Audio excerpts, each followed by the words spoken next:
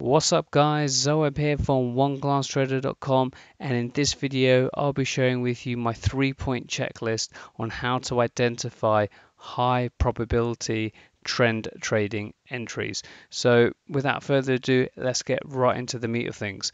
So I've got a Euro USD 30-minute chart, and you might think there's a lot of lines and a lot of things going on here, but it's a very basic chart setup. And let me firstly go into what all these lines mean, and then we'll go into my 3-point checklist, which you can see in the top right hand corner. So what I do have here, I've got a number of moving averages. So the ones in blue are the 30, 35, 40, 45, 50 and 60 moving averages, and I'll go into the reason why I've got those particular moving averages inside a second. The yellow moving averages are just the 100 period moving average and the 200 period moving average. The horizontal lines are an indicator called the round numbers indicator against a free indicator, which I'll link to inside the description. And what this does, it just puts natural support and resistance zones at round number levels. And then lastly, I've got my famous OGT Price Action Indicator, which again is absolutely free. You can get the link in the first description below.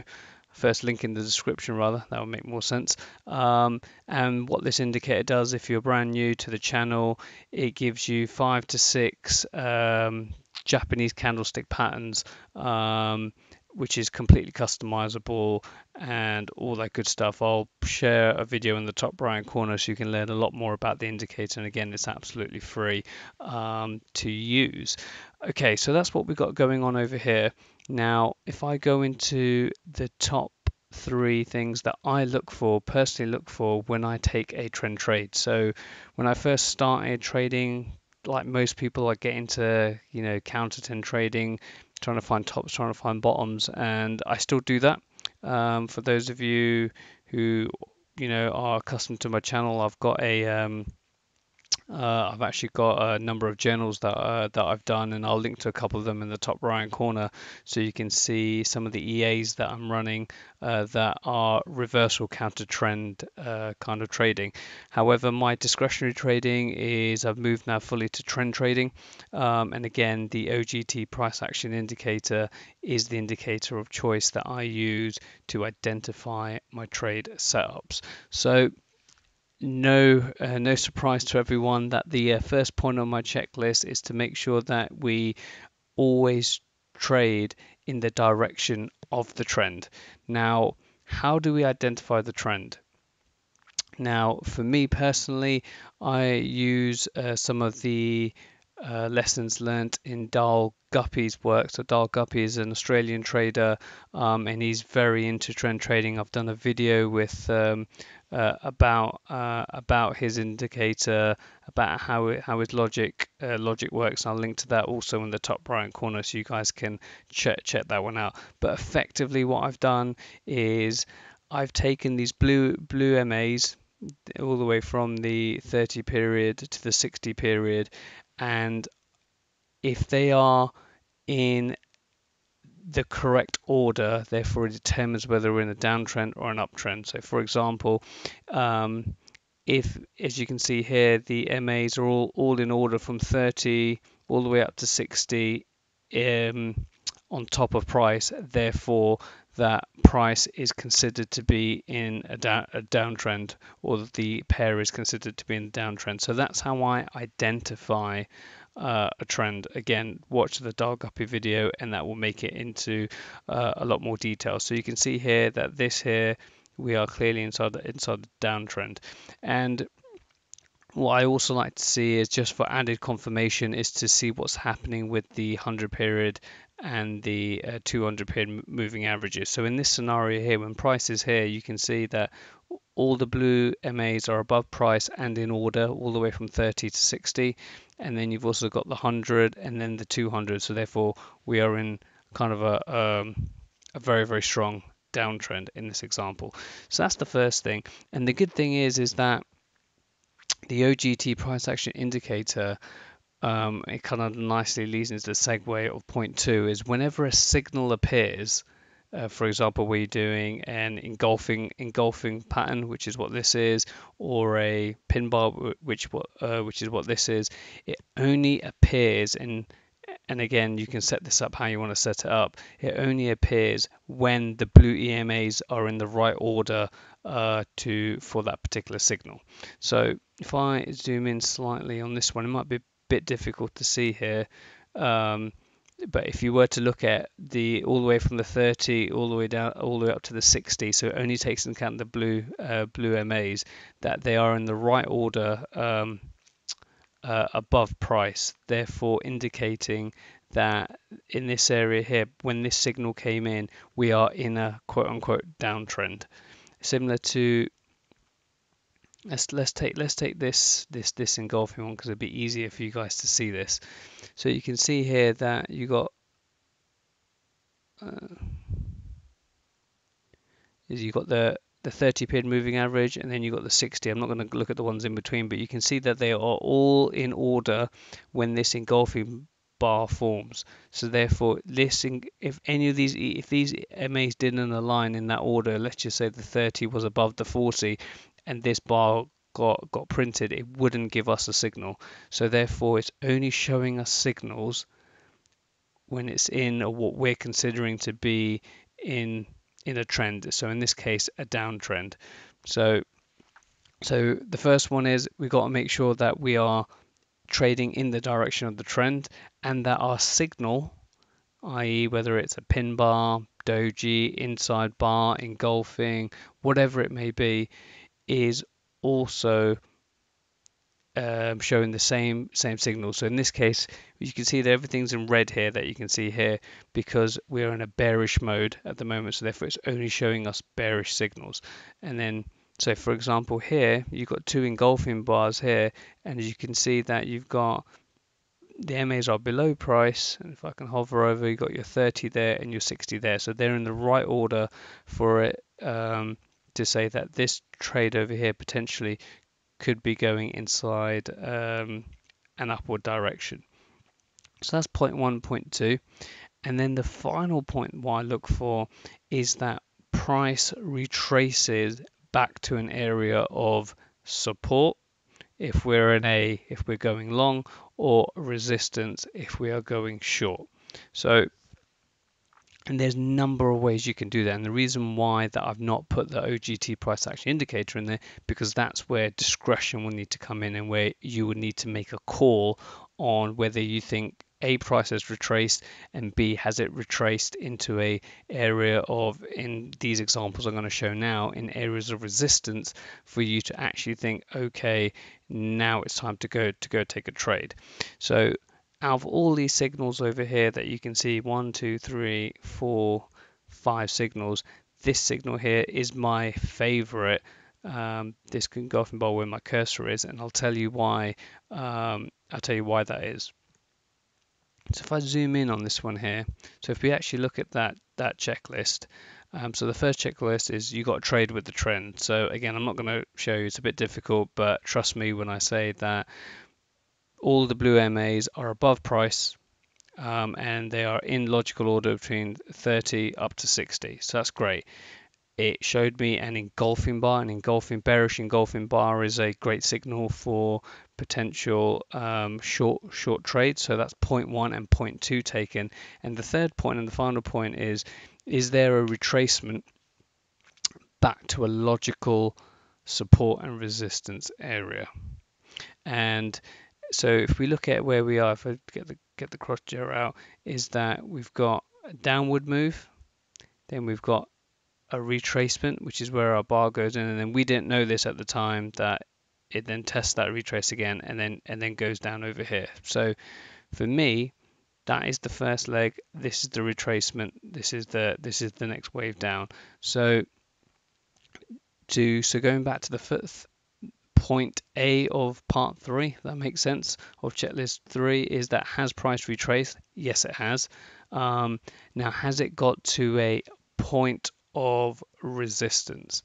And in my view is the reason why I really like this setup is because not only does price go into the blue MAs, so what I like to see is when I like to see a retrace, I like to see a nice retrace back into the what I call the congestion zone. So those blue MAs, price has gone up into those MAs, but they're still holding their ground, i.e. they're all still in the same order. So that's point one I look for.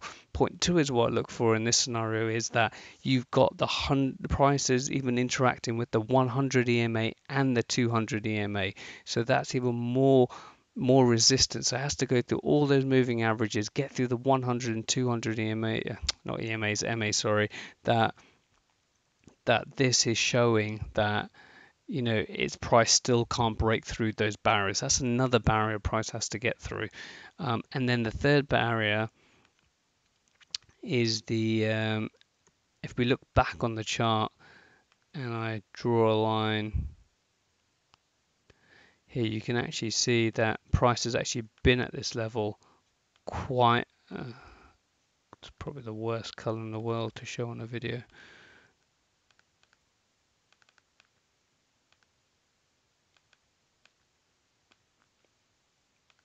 Let's put it white. So you can see here that this is the level where price is. There was a touch here, touch here, touch here. It was support once. It's now become resistance, resistance, resistance. So it's a fairly safe level to say that in the short term, in this chart, that this price has reacted at this level. So you've got the 30 to 60 MAs. You've got the 100 and the 200 MAs and a natural support support and resistance line, all those things interacting here would made it as a very high probability. Now I'll show you an example, the next example, where you got a high probability, but they always don't work out, short trade here. Now that's the first point. The second example is this pin bar over here. Again, I'm not going to go into the details of how the pin bar is formed or what this 42 means. Again, you can check the videos to look at that. But if we go through our 3-point stages, would this be a trade? So the first one, are we trading in the direction of the trend, and is there a bearish signal? Again, these two things wouldn't come up unless they were true. So again, the 30 to 60 EMA, I keep saying EMAs, apologies, MAs are all aligning, and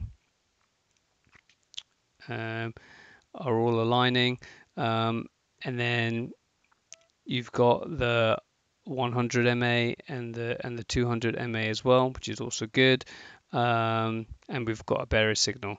And the third point is, has price retraced? So again, this is where it starts to get a bit more dodgy. It's not very clear. So if I can zoom back out again,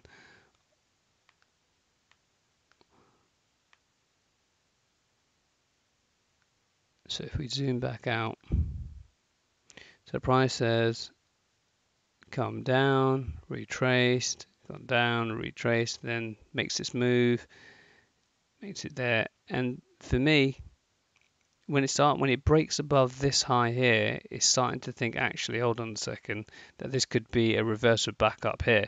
But again, it resistance at the 200 MA, goes back down, and then goes back up again. But you could, and then it forms the pin bar. So you could argue that when you look out, it is actually a little bit of a retrace. And I do like where it is in terms of, in our case, resistance.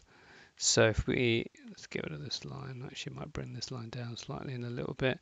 So in this case over here, we again have got price going right into those, right above those MAs even, and they're still holding. They're still holding their kind of trajectory. None of them have crossed over, so therefore that's a good signal that that, as Guppy said, the long-term investors are sticking with this sticking with this trade in terms of not getting out of their short position. Again, you've got the 100, tried to get through the 100, but came back down inside this bar. And again, we're quite close. The 200 is quite next to the next, is really over the next natural whole number level. So there's gonna be bound to be a few stops inside here, or at this stage here.